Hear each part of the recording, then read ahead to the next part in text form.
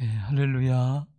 네, 한 주간도 살아오시느라 고생 많으셨습니다. 힘들고 어려운 때인데 힘을 내시기를 바랍니다. 우리 서로 인사하겠습니다. 만나서 반갑습니다. 축복합니다. 네, 4층에도 또 가정에서 예배하는 모든 분들도 축복합니다. 요즘 학생들에게 고 박정희 대통령을 시해한 김재규가 누군지 아느냐고 물으면 이병헌이라고 얘기한다고 합니다. 영화 남산의 부장들을 안 보신 분들은 이게 뭔 소린가 할 수 있지만, 이 영화를 보신 분들은 김재규 역할을 배우 이병헌 씨가 맡았기 때문에 김재규가 누구냐 그러면 이병헌이라고 이렇게 얘기한다고 합니다. 아마 모든 학생들이 이렇게 대답하리라고는 생각지는 않습니다. 다만 요즘 학생들이 역사를 잘 알지를 못하고, 그리고 역사 인식이 잘못되어 있음을 꼬집어 지적하는 이렇게 만든 이야기 같습니다. 그러나 우리는 그렇지 않다 하더라도 우리는 꼭 기억해야 되는 말이 있습니다. 역사를 잊은 민족에게 미래는 없다는 것입니다. 제가 기억이라는 단어를 오늘 말씀 속에서 중요한 단어로 생각을 했기 때문에 기억이 무엇인가를 한번 생각을 해보았습니다. 그러면서 제가 초등학교, 중학교, 고등학교를 다니면서 불렀던 6.25 노래가 제일 먼저 생각이 나는 거예요. 6월이면 빠짐없이 불렀던 그 노래 가사 아시죠? 잊으랴 어찌 우리 이날을. 정말 목 놓아 불렀던 이 노래. 그래서 제가 한번 검색을 했더니 이런 기사가 뜨는 거예요. 뭐라고 하냐면, 지난 10년 동안 어느 기간이라고 꼭 집어서 말씀드리기는 그렇고 10년 동안 금지곡으로 되어 있었다는 거예요. 최근에. 그래서 신6.25라고 하는 노래를 만들었어요. 개사를 했어요. 한번 들어보세요. 1절만 읽어드릴게요. 잊으랴 어찌 우리 그날을, 조국의 사나가 두동강 나던 날을, 동포의 가슴에다 총칼을 들이대어 핏물강이 되고 죽음산이 된 날을, 이제야 이루리 그날의 수건을, 동포의 힘 모아 하나의 나라로, 피의 원한 풀어 하나의 결례로, 이제야 이루리 한나라 한결에. 그럴싸합니다. 그렇다면 적어도 30대 이상 정도 되는 분들은 6.25 노래를 알 것 같아요. 그래서 제가 오늘 아침인가 어젯밤인가 설교를 다시 제가 이제 준비를 하면서 큰애가 집에 있어서 물었어요. 너 혹시 6.25 노래 아니? 그러니까 뭔데요? 한번 불러보세요. 그러는 거야. 그래서 잊으랴 어찌 우리 이날을. 그러게 그게 모르는 거예요. 그래서 학교 다닐 때 들었니? 그러니까 아니, 군대에서 한번 불러본 것 같은데 이러는 거예요. 20대 중반인데 잘 모른다는 얘기죠. 이전에 6.25 노래의 가사는 이렇습니다. 1절입니다. 잊으랴 어찌 우리 이날을, 조국을 원수들이 짓밟아 오던 날을, 맨주먹 붉은 피로 원수를 막아내어 발을 굴러 땅을 치며 의분했던 날을, 이제야 갚으리 그날의 원수를, 쫓기는 적의 무리 쫓고 또 쫓아 원수의 하나까지 쳐서 무찔러, 이제야 빛내리 이 나라 이결에. 원수라는 단어가 각 소절마다 한 번씩 4번 들어있어요. 근데 새로운 신 6.25의 노래는 원수라는 단어를 싹 뺐어요. 그리고 북에서 남한을 침략했다는 내용이 없어요. 단 두 같은 동족이 총칼을 겨루어서 싸웠다는 얘기. 분명히 고쳐야 될 가사는 있습니다.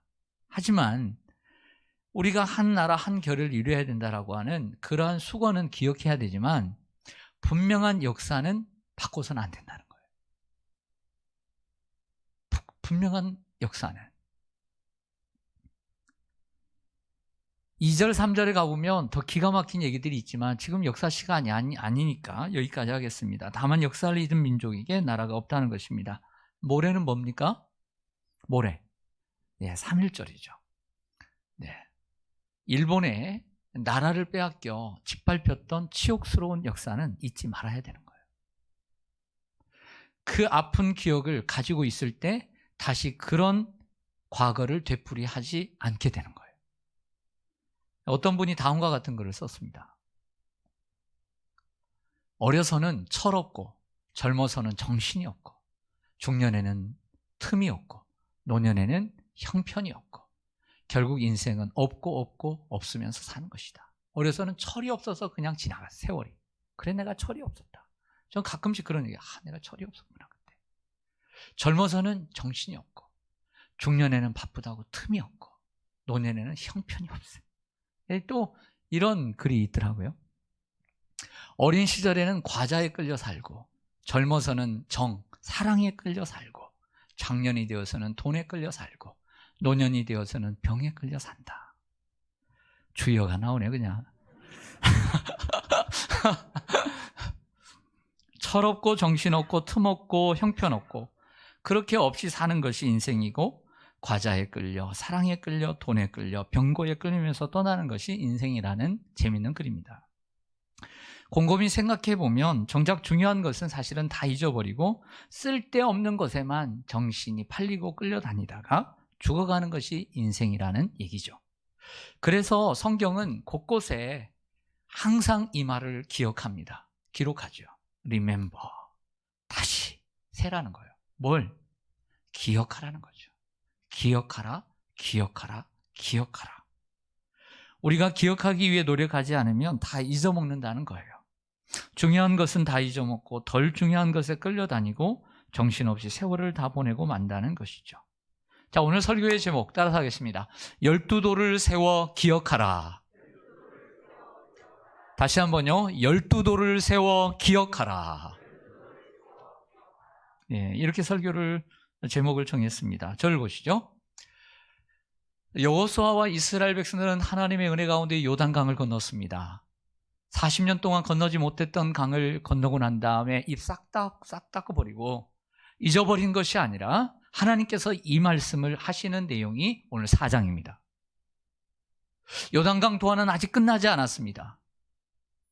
이스라엘 백성들에게 여호수아에게 말하기를 각 지파의 장정 한 명씩을 선택해서 그 언약궤를 메고 그 서 있는 요단강 한복판에 서 있는 바로 그 자리에서 어깨에 멜 만한 작은 돌이 아닌 큰 그리고 기념될 만한 돌들을 하나 메어다가 유숙할 곳에 세우라.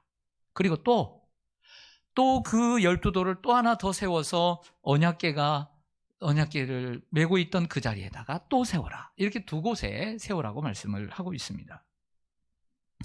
여호수아는 6절에서 이 12돌이 표징, 사인이 되리라고 하셨고 또 7절에서는 이스라엘 자손들에게 영원한 기념이 되리라. 영원히 기념되리라 라고 말씀하고 있습니다. 사인이고 기념입니다. 기념이라는 단어를 생각해 보니까 이 말씀이 생각났습니다. 예수님께서 내일 십자가를 지시기 전에 그 전날 밤 뭐 하셨어요? 마가의 다락방에서 12명의 제자들과 최후의 만찬을 드시면서 떡을 드시고 받아 먹으라. 이것을 행하여 나를 기념하라 라고 얘기했어요. 또 식후에 잔을 드시고 이것을 주시며 이 잔은 내 피로 세운 새 언약이니 이것을 행하여 마실 때마다 나를 기념하라 라고 말씀을 합니다. 이것이 그래서 성만찬 예식이 된 거예요. 우리가 1년에 연중 몇 번씩 성만찬 예식을 이렇게 함으로써 내가 죽어야 될 자리에 예수님이 대신 죽으시고 저 하늘 영광을 버리고 이 땅에 오셔서 사람의 몸을 입고 오셔서 하나님께 순종함으로 십자가에 죽으셔서 내가 받아야 될 수치와 모욕을 대신 받고 하나님께 받아야 될 진노의 대접을 대신 받아서 죽으셨다는 것. 이것을 우리가 리마인드, 생각하지 않습니까? 상기하지 않습니까? 이게 기념이라는 거예요. 그러면 이 돌도 그것을 기념하라는 것이죠. 기억하라는 것입니다. 마찬가지로 길갈과 요단강에 세운 12돌을 보면서 그 의미를 기억하라고 말씀합니다. 기억은 매우 중요하죠. 잘못된 실수나 아픈 기억은 사실 빨리 잊는 게 좋습니다. 하지만 중요한 과거는 절대로 잊어서는 안 됩니다. 아름다운 과거를 기억하는 것은 우리의 현재를 해석하고 미래를 향해 나아갈 방향을 제시해 주죠. 반면에 고통스러운 과거를 기억하는 것은 과거의 잘못을 반복하지 않도록 우리에게 도와줘요. 국가적으로는 일제 치하의 3.1절을 기념함으로써 36년 동안 말을 빼앗기고 인간의 존엄을 빼앗겼던, 민족성을 빼앗겼던 그 아픔, 종교를 빼앗겼던 그것을 기억함으로써 잘못된 과거를 반복하지 않도록 도와주는 것이 기억이고, 우리의 인생 개인적으로도 과거의 치욕스러운 날, 자신의 잘못된 선택으로 인해서 잘못된 결과를 가져왔던 것을 쉽게 잊어서는 안 되는 거죠. 그럼으로써 내 살아갈 인생 가운데 다시 그런 잘못된 과거를 반복하지 않도록 도와주는 것이 기억이라고 하는 것입니다. 그런 면에서 여호수아 3장은 요단강을 건너는 사건을 기록하고 있고, 오늘 살펴볼 여호수아 4장은 그 사건의 의미를 강조하는 데 중점을 두고 있다는 거예요. 그래서 오늘 12도를 세움의 의미가 무엇인가? 12도를 세우는 의미가 무엇인가? 첫 번째, 하나님을 잊지 말고 기억하라는 거예요. 따라서 하겠습니다. 하나님을 잊지 말고 기억하라. 문장이 길어서 생략했지만 그 하나님이 어떤 하나님인가를 잊지 말고 기억하라. 요단강을 건너게 하신 그 하나님을 기억하라. 불가능을 가능케 하신 하나님을 기억하라 라고 하는 것입니다. 하나님께서 그 돌들을 어디에서 취하라고 하셨냐면, 제사장들이 언약궤를 메고 서 있는 그 요단강 한복판에 그 선 곳에서 선택하라고 그랬어요. 바로 거기에 의미가 있는 거죠. 왜 이 돌도 있고 저 돌도 있고 저기도 있고 여기도 있는데 그냥 아무 돌이나 갖다가 세우면 되지, 그게 아니라는 거예요. 그 선 곳에서 돌을 취하라고 하는 것은 바로 어떤 의미가 있느냐, 이 강을 건너게 하신 하나님을 기억하라는 거예요. 언약궤를 통해서 하나님의 임재와 하나님의 능력과 하나님의 말씀이 그들을 인도했다는 것을 기억하는 것이죠. 요단강은 이스라엘이 하나님을 믿고 신뢰할 때 건널 수 있었던 강입니다. 즉 이 말은 하나님이 그들을 건너게 하셨다는 거죠.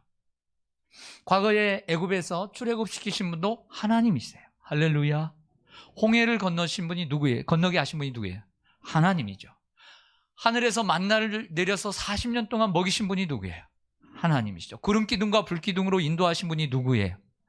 그 하나님. 요단강을 건너게 하셔서 약속의 땅으로 인도하신 그 하나님을 기억하라는 거예요. 내가 만난 하나님이 누구인가? 전에 만났던 그 하나님 쉽게 잊지 말고, 나를 만나주시고 나를 사랑해주시고 내 인생을 축복해주신 그 하나님을 기억하라는 거예요. 요단강 안에 있던 그 돌을 세우라는 것이죠. 요단강을 건너게 하시고 죽음의 강을 건너 생명의 땅으로 인도하신 분이 하나님이라는 것을 잊지 말라는 것입니다. 적용하면 이렇습니다. 영원히 멸망받아 지옥의 고통 속에서 정말 아파하고 힘들어하고 영원히 고통받아야 될 우리를 위해 하나님이 사랑하셔서 우리를 위해 아들을 내어주신 그 크신 사랑, 하나님의 사랑, 그리고 예수님의 은혜를 기억해야 할 줄로 믿습니다. 약한 날을 들어 강하게 하시고, 가난한 날을 들어 부유하게 하시고, 눈먼 날을 들어서 볼 수 있게 하신 주님을 찬양해야 될 줄로 믿습니다. 그래서 어떤 성도는 전에 들은 얘기인데, 자신이 태어난 날이 있어요. 육체적으로 태어난 날이 있지만 그날보다 내가 주님을 믿고 대학생 때 친구를 통해 예수를 믿게 되어 시온산교에 와서 예수를 믿고 1년 후에 학습받고 세례를 받은 그날을 생일보다 더 소중하게 생각하고 지키고 있다는 것이죠. 이것이 바로 기억의 돌을 어깨에 매는 행위입니다. 여러분, 하나님의 은혜를 쉽게 잊지 마시기 바랍니다. 잊어버린 하나님의 은혜를 다시 찾고 그리고 고백하고 회복하기를 바랍니다.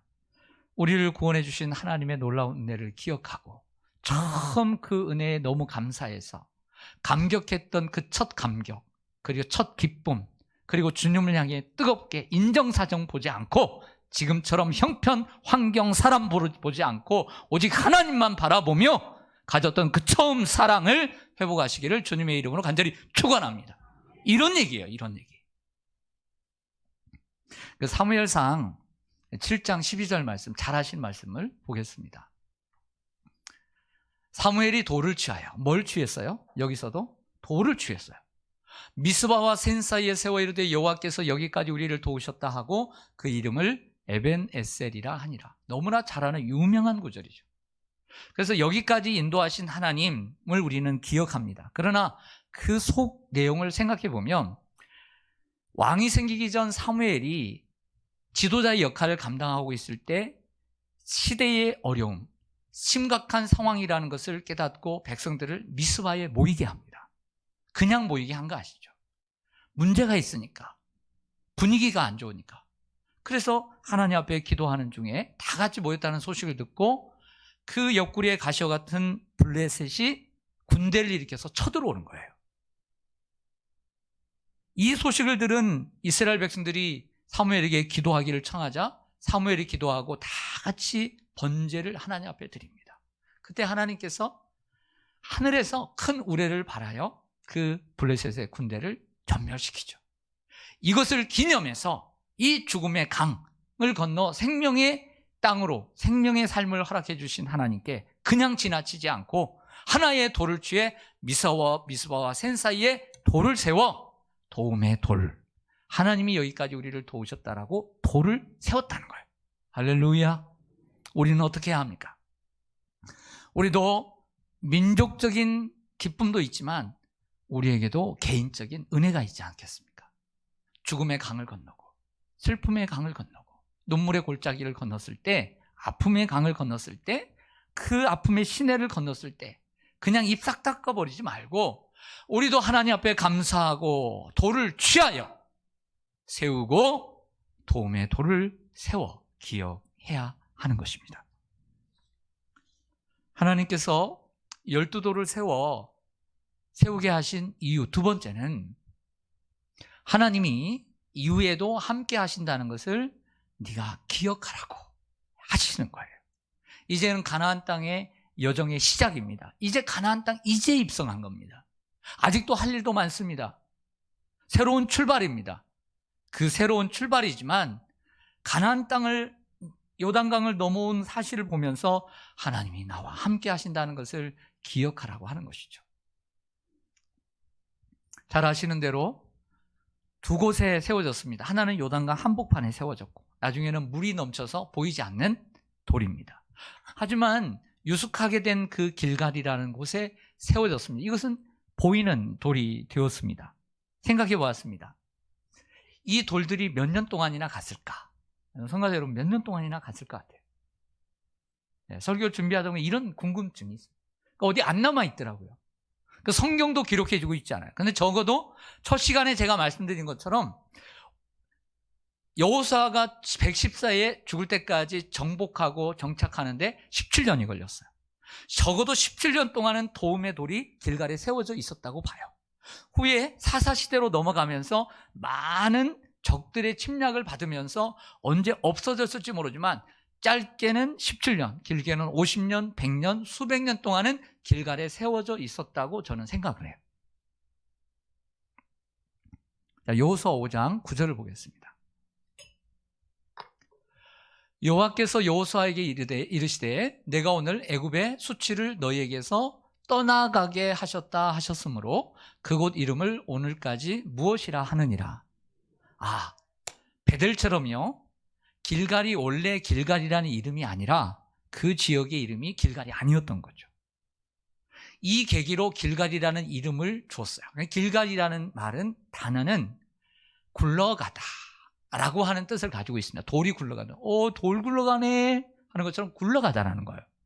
그래서 의미를 확대해서 뭐냐면 지난 440년 동안 애굽에서 노예로 살면서 온갖 수치와 고난을 당했던 그 수치와 모욕이 사라지고 떠나가게 되는 것을 의미하는 것이죠.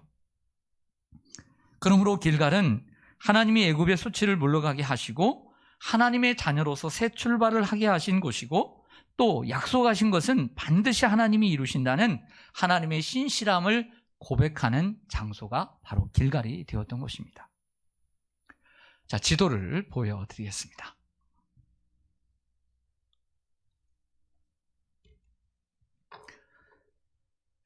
우리가 여호수아를 공부하면서 이제 봐야 될 전체적인 정복 루트입니다. 시딤이라는 곳에서 요단강 동편 트랜스 요르단에서 시작을 합니다. 시딤이라는 단어는 아카시아라고 하는 뜻입니다. 그래서 시딤 나무를 아카시아 나무, 조각목이다 라고 부르는 거예요. 그래서 요단강을 건넜습니다. 그리고 길갈에 진을 치게 되죠. 이 길갈은 이 정복을 하는 가운데 전초기지가 되고 본부가 되고 총사령부가 되고요. 등산으로 얘기하면 베이스 캠프가 됩니다. 여러분, 전쟁도요, 베트남 전쟁도 마찬가지고 우리나라 6.25 전쟁 때 메가다가 목숨 걸고 그 몇 퍼센트의 희망을 걸고 인천 상륙작전을 침으로 그 북한과 중공군의 허리를 잘랐어요. 허리를 자름으로 그들이 연합하지 못하도록 해서 역전을 했던 것처럼 중간을 길게 돼 있잖아요. 이스라엘이 길게 됨으로써 그 북쪽과 남쪽이 연합하지 못하게 했고, 그리고 먼저 남쪽을 칩니다. 그리고 끝내고 난 다음에 다시 북쪽으로 올라오는 이러한 루트를 가지고 있어요. 전쟁을 하다 보면 30개의 성읍이 있는데 다 성공할 수 없잖아요. 삶은, 그렇죠? 전쟁에서. 그래서 승리할 수도 있지만 실패할 수도 있고요. 내가 간신히 살아올 수도 있지만 내 가까운 같이 동네 친구인데, 학교 동기 동창인데 전쟁에 나가서 내 친구는 부상을 입거나 다리가 잘리거나 죽을 수도 있어요. 슬픔을 당하기도 하고 아픔을 당하기도 하죠. 그래서 돌아옵니다. 어디로 돌아오냐면 길갈로 돌아오는 거예요. 길갈로 돌아와서 새로운 정보를 입수하고 새로운 작전을 짜고 거기서 새로운 정비를 합니다. 몸도 정비를 하고, 그리고 총과 칼도 정비를 하는 것처럼 칼과 창도 정비를 하고, 마음도 정비를 하고, 그리고 다시 나가게 되기 위해서 뭐가 필요해요? 먹을 게 필요한 거예요. 그러다가 뭘 볼까요? 그 길갈에서 돌을 보게 되는 거죠. 전 돌을 봤을 거라고 생각해요. 아마도 그 돌은 잘 보이는 언덕배기에 세웠을 거예요. 그러면서 이런 생각합니다. 아, 그래, 요단강을 건너게 하시고 요단강을 건너게 하신 주님이 이 땅을 우리에게 주실 거야 보면서 확신과 그리고 격려와 용기를 얻게 된 줄로 믿습니다. 아멘. 마찬가지로 우리는 6일 동안 세상을 살아갑니다. 어떤 분은 성공 가도를 달릴 수도 있지만 6일 동안 어떤 분은 실패를 경험합니다.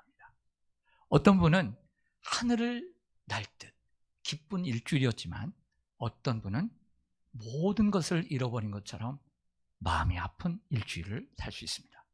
어떤 분은 건강한 한 주일을 보낼 수 있지만 어떤 분은 나도 모르게 확진이 되어 깜깜이 돼, 코로나 확진이 되어 깜깜한 일주일을 보낼 수도 있습니다. 그럴 때 우리는 이스라엘 백성들이 길갈로 돌아왔듯이 우리는 주일이 되면 주님 앞에 나오게 되는 것입니다. 이 주일은 예수님이 부활하신 날을 기념하는 거예요. 구약의 안식일은 하나님의 창조를 기억하는 날이고, 이 주일은 예수님의 부활을 기념하는 거예요. 그래서 봄에 있는 부활절만 부활 주일이 아니라 모든 주일이 바로 부활절인 거예요. 그래서 이 주일은 부활이에요. 예수님이 죽으시고 십자가에서 죽으시고 3일 만에 다시 사신 안식구 첫날, 그 기념하는 날이 바로 부활인 거예요. 이 주일에 날 위해 십자가에 죽으시고 다시 살아나신 주님을 바라보게 됩니다. 예배를 드리며 말씀을 들으며 자신의 신앙을 다시 한번 돌아보게 됩니다. 자기의 그 상처를 다시 한번 어루만지게 되고요. 그리고 마음을 다시 새롭게 합니다. 지치고 힘들었던 몸과 영혼의 새 힘을 공급하게 됩니다. 그러므로 또 다시 한번 우리가 세상을 어떻게 살아가야 될 것인지 작전을 짜게 됩니다. 그럼 우리는 주의를 지킴으로 우리의 믿음을 지켜가는 것입니다. 우리가 말씀을 듣고 기도하며 성도의 교제를 나누는 것도 이러한 길갈의 기쁨을 재현하는 줄로 믿습니다. 네. 그래서 전쟁을 하다가 길갈로 또 올 거 아니에요. 그러면 그 길갈에 세워진 돌들을 보면서 상기하는 거죠. 그러지 않았을까? 저는 말씀을 묵상하면서 그런 생각이 들었어요. 세 번째, 12개의 돌을 세우게 하신 목적, 자손들이 기억하라고. 따라하겠습니다. 자손들이 기억하라고. 그들의 자손들이 하나님이 행하신 능력을 알고 항상 하나님을 경외하도록 오늘 4장 마지막 절을 읽어 오셨을 텐데 여러분 성경 펴시죠. 4장 6절을 보겠습니다.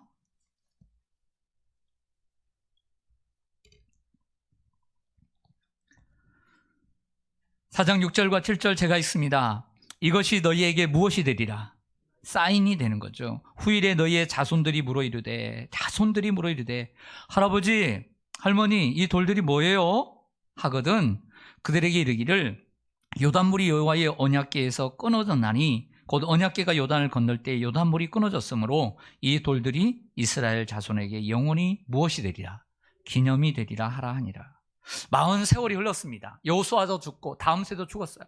그래서 후손들이 뭐예요? 할아버지 할머니 묻습니다. 이 돌이 뭐예요? 라고 하면 요단의 이야기를 해주라는 거예요.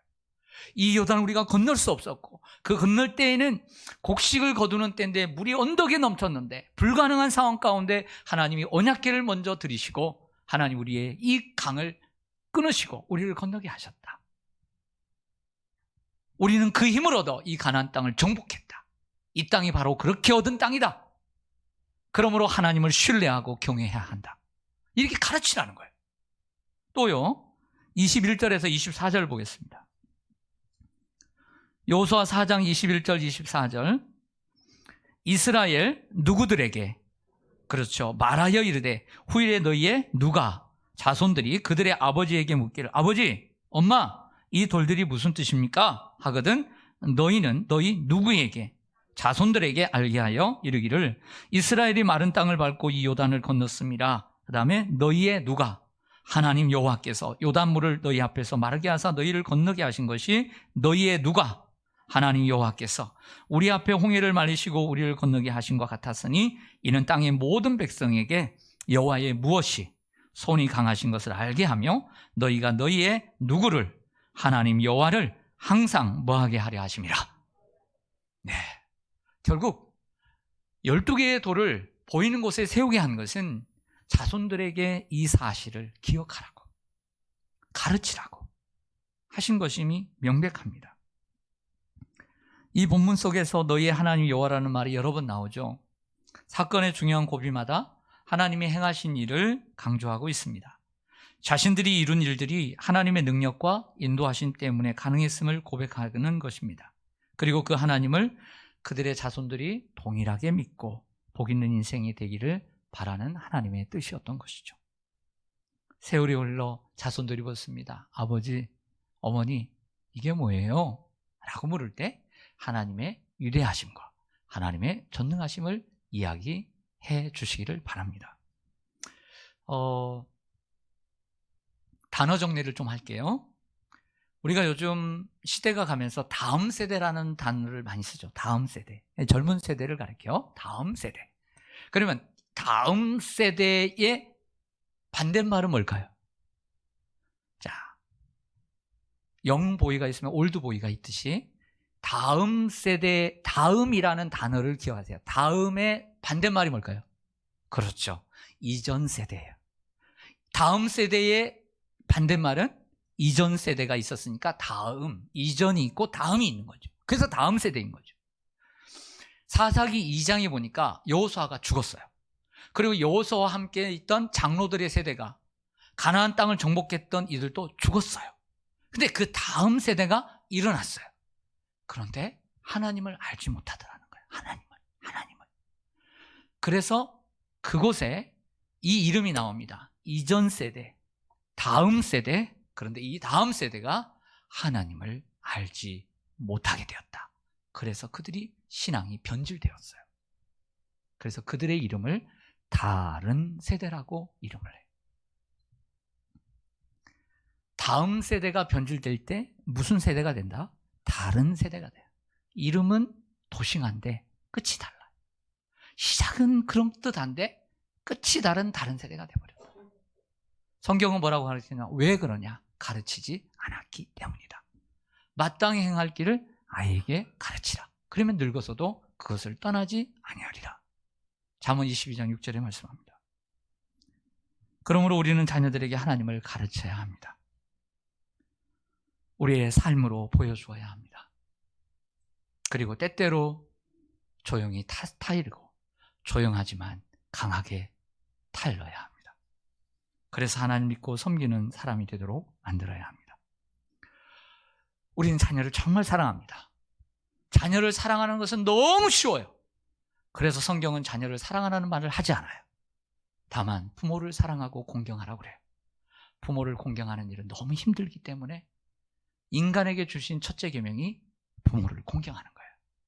자식은 사랑하라고 말을 안 해도 자식은 사랑하게 되어 있어요. 도를 넘어서 사랑하게 되어 있어요. 그러나 부모 공경은 어려운 거예요.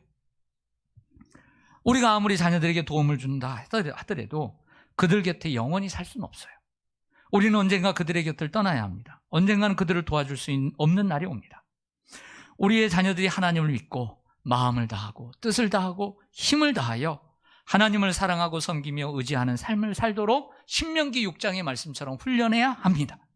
내가 믿고 고백하는 하나님을 자녀들도 동일하게 믿고 고백하도록 해야 합니다. 이것이 자녀들에게 물려줄 가장 위대한 유산입니다. 이스라엘 백성들의 교육의 본질과 핵심은 자신의 체험을 통해 후손들에게 하나님을 가르치고 하나님을 의지하게 만드는 데 있었습니다. 가난하고 비참하게 노예와 같은 삶을 살았던 자신들을 인도하여 하나님의 자녀로 삼으신 하나님의 은혜와 사랑을 증거하는 것입니다. 그래서 자녀들도 동일하게 하나님을 고백하고 하나님을 또 의지하고 하나님을 경외하면서 믿음 안에서 복된 삶을 살아가도록 하는 것입니다. 할렐루야. 네, 오늘 성경 좀 멀리 있어가지고 성경을 좀 준비했습니다. 여호수아가 읽어보니까 몇 장까지 있던가요? 아직까지는 아직 안 읽어도 되니까 네, 알고 계십시오. 24장까지 있습니다. 항상 뒤에는 죽음이 있죠. 여호수아의 죽음이 있습니다. 여호수아가 죽기 전에 이 세겜에 이스라엘 백성들을 모아놓고 한 말을 들어보십시오.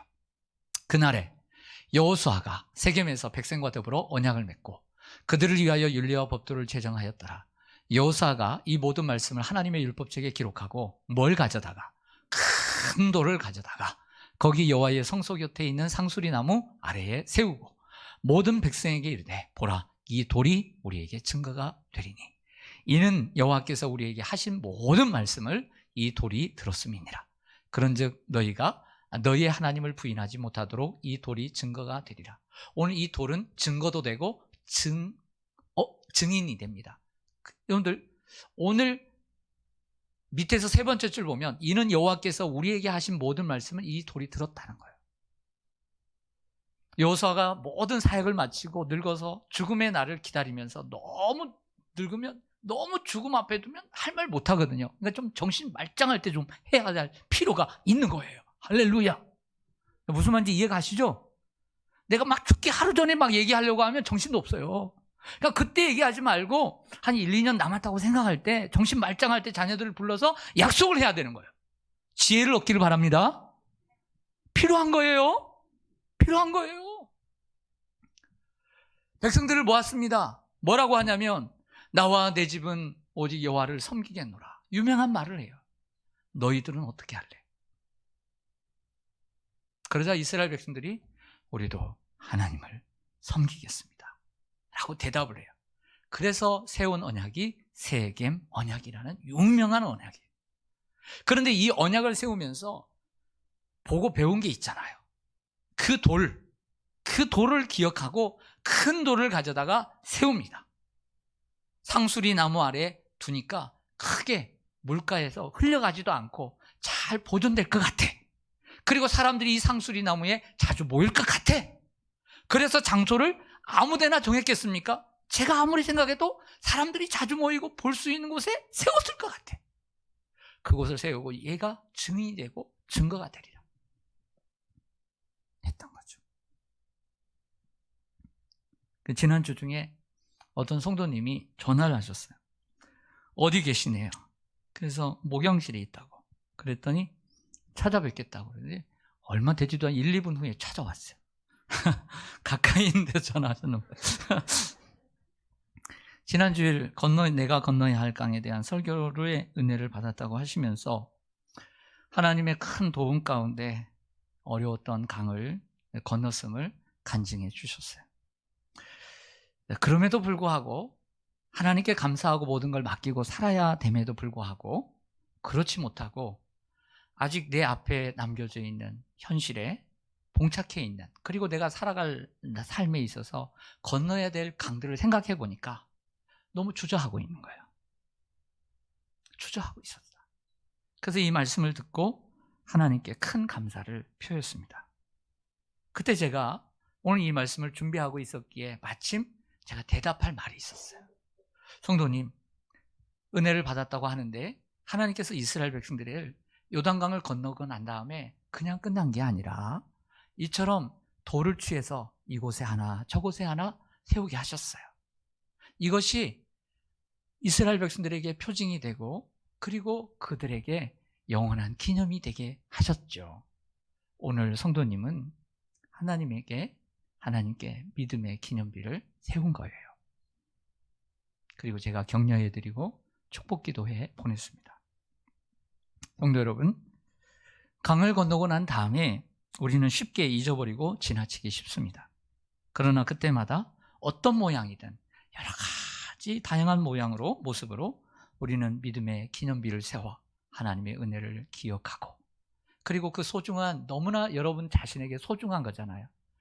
사람들에게 떠벌릴 것은 아니더라도 적어도 내가 받은 하나님의 은혜만큼은, 내가 낳고 내가 키운 내 자손들에게만큼은 남겨야 하지 않겠습니까? 그리고 우리는 이 주일에, 저는 이런 생각을 해요. 이 주일에 우리는 예배를 드리면서 내 마음에, 내 삶에 하나님께 대한 감사의 기념비를 오늘도 세우고 갑니다. 기도하겠습니다.